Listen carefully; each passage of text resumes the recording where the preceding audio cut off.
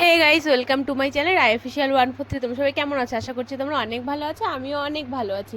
তো আজকে দেখো আমরা কোথায় যাচ্ছি। আগের দিন তো তোমরা দেখেইছো আমরা পিকনিক করেছি সবাই মিলে। তো পিকনিকের মধ্যেই মানে রান্না বান্না হচ্ছিলো, তার মধ্যেই আমি তো তোমাদের দাদা বেরিয়ে গেছিলাম আর জয়শ্রীদের বাড়ি যাওয়ার জন্য।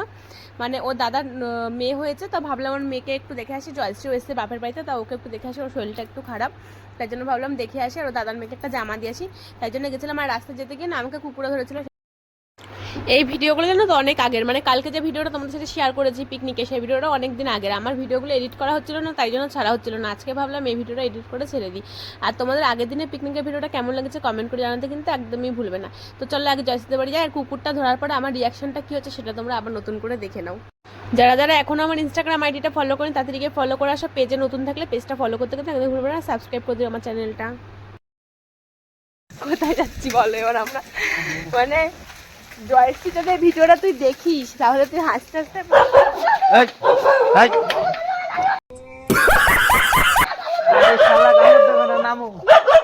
আমি লাথি মেরে দিয়েছি।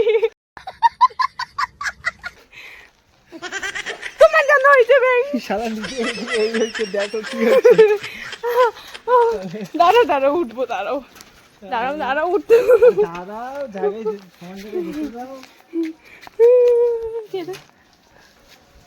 আমার পুকুরে গানে লাগছে না। তুই যদি ভিডিওটা দেখিস তাহলে তুই খুব আসবি। কেন বলতো?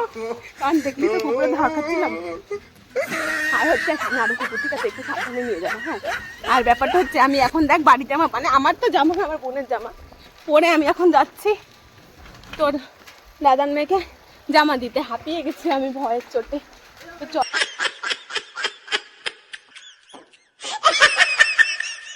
ওখানে গিয়ে তোমাদের সাথে দেখা করা যাচ্ছে। তারপর দেখো তোমাদের দাদা আমাকে এখানে নামিয়ে দিয়ে তারপর ও গেছে ক্যাডবেরি আনতে। আর জয়শ্রী ক্যাডবেরি খেতে খুব ভালোবাসে, তো ভাবলাম ওর যখন শরীরটা ভালো নেই ওকে একটা ক্যাডবেরি খাওয়াই। আর আমি এখান থেকে হেঁটে প্রথমে দৌড়ে গেছি। আর ও দেখো ক্যামেরার সামনে আসতে গেছিল না, মানে ওর শরীরটা ভালো না, মুখ চোখ শুকিয়ে গেছে, ওই জন্য ক্যামেরার সামনে আসবে না। আর যেহেতু বৃষ্টি বৃষ্টি হচ্ছিল, উঠানটা একটু পিছলে ছিল, ওই জন্য আমি বললাম ওকে দৌড়াস না, তাহলে পড়েই যাবো। আর আমি দেখেছো কিরকম পাগলের মতন চলে এসেছি ওদের বাড়ি থেকে আমাদের বাড়ি 5 মিনিট মতো সময় লাগে। আর এখানে দেখো দাদার মেয়েকে। মা তুমি কি করছো? শোনা শোনা শোনা শোনা শোনা, এই লাইট জ্বলেছে। তোমার জন্য জামা এনেছি, পরবা তো? দুটু আগে বলে ফুল জামা আনতে বলতাম। তারপর দেখো তোমাদের দাদা রাস্তার সামনে এসে আমাকে ফোন করেছিল, তাই জন্য ওকে আবার আমি নিতে এসেছি। মানে নিতে এসেছি, ও তো চেয়ে নেই, তারপরেও আমি একটু আগে এসেছি। আর এখান দেখো আমাকে না দিয়ে একা ফুটি খাচ্ছিল। তা আমি বললাম আমাকে না দিয়ে খাচ্ছ কেন? ওই জন্য আমাকে একটু খেয়ে দিয়ে একদম লাস্টে একটুখানি দিয়েছে, খুব শয়তানো। তারপরে দেখো এই যে ওদের বাড়িতে একটা বিড়ালের বাচ্চা দিয়েছে, একটা না অনেকগুলো দিয়েছিল। আর আমি বিড়ালের বাচ্চা খুব ভালোবাসি, আমাদের এই বাড়িতেও বিড়ালের বাচ্চা আছে আর বাপের বাড়িতেও বিড়ালের বাচ্চা আছে। আর আমার খুব ভালো লাগে বিড়ালের বাচ্চা, যেমন তোমার দাদাও হাসছে, ও বিড়ালের বাচ্চা খুব ভালোবাসে। তা আমি একটু ওটাকে ঘেটে নিয়েছি। এবার বেশিক্ষণ থাকিনি, মা বলছিল তাড়াতাড়ি বাড়ি চলে আসতে। আর এখানে দেখো বাড়ি বাড়ি বাড়ি বাড়ি যাচ্ছি, তারপর বাড়ি গিয়ে মা যা চিল্লাবে না জানো না। মা বলেছে যাবি রাস্তায় দাঁড়িয়ে জামাটা দিবি আর চলে আসবি, বেশি সময় নিস না, পুচি কাঁদবে।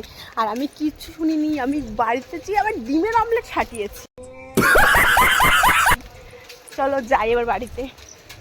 তারপর দেখো রাস্তা দিয়ে বাড়ি চলে এসেছি। রাস্তার ভিডিওটা তোমাদের সাথে শেয়ার করিনি। আর বাড়ি এসে এখন পিকনিকের খাওয়া দাওয়া হবে, সবকিছু হবে। মা কিন্তু আমাকে কিছুই বলেনি। আজকে ভিডিওটা এখানে, ভিডিওটা তোমাদের কেমন লাগলো কমেন্ট করে জানাতে একদমই ভুলবে না। যারা যারা আমার চ্যানেল নতুন আছে তারা প্লিজ চ্যানেলটা সাবস্ক্রাইব করে দাও। টাটা সবাইকে, দেখা হচ্ছে নেক্সট ভিডিওতে।